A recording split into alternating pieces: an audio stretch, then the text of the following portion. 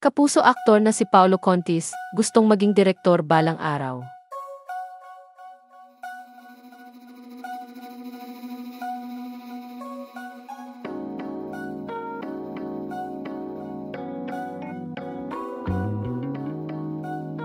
Naging bisita ang aktor na si Paolo Contis sa programang Fast Talk with Boy Abunda kamakailan. Doon ay inihayag niya kay Boy Abunda na gusto raw niyang maging isang direktor balang araw at magiging isa siyang perfectionist at striktong direktor. Ayon sa kanya, very observant siya at very strict tungkol sa kanyang trabaho dahil mahal niya ang trabaho niya sa showbiz industry, kaya naiinis daw siya kapag hindi siniseryoso ng coworker niya ang trabaho. Anya, darating yung panahon na iyon na gusto kong magdirect. Medyo strikto siguro ako. I'm very observant, I'm very strict about my work. I love my work.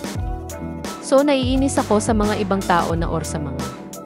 Minsan, pagkatrabaho mo, hindi siniseryoso yung trabaho. So feeling ko, pag nagdirect ako, I'll be a perfectionist na ano. Sana. Ayon pa kay Paolo, may ilang direktor daw na hindi pinakikinggan ang hinaing ng mga artista at mahirap para sa aktor o aktres na mag-act kapag pinipilit ng direktor kung ano ang gusto nito. Kaya naman sinabi niya sa naturang panayam na kung darating ang panahon na magiging direktor siya, ay bibigyan niya ng pagkakataon ang mga aktor at aktres kung ano ang gusto nilang gawin bilang artist. Anya, actually, ang pinaka-importante para sa akin, there are other directors kasi who really they don't listen to their actors. And it's so hard to act kapag yung direktor mo ay pinipilit kung ano ang gusto niya. That's para sa akin yon yung mga panahon na hindi ko nagagawa yung gusto ko.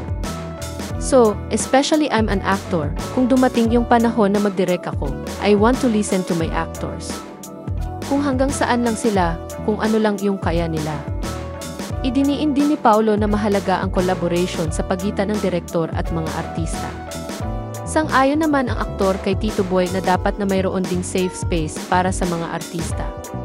Ani Paolo, importante masaya yung set. Lalo pag professional lahat. Mahirap na nga yung trabaho natin. Samantala, inamin ni Paolo na lapitin daw siya ng kontrobersya, lalo na at bilang artista ay hindi naman iyon mawawala sa karera nila. Pero ayon sa kanya, nakakaramdam pa rin daw siya ng kurot sa dibdib tuwing nadadawit siya sa mga issue.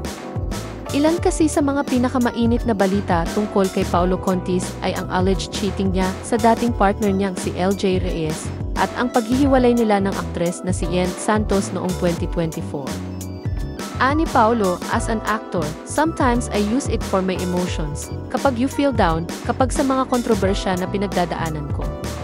Sa personal life, siguro, lalo sa panahon ngayon, malaking epekto siya kasi lahat ng tao nakatingin sa iyo eh. I can always say I don't care, which is somehow true, pero meron yan, may kurot yan.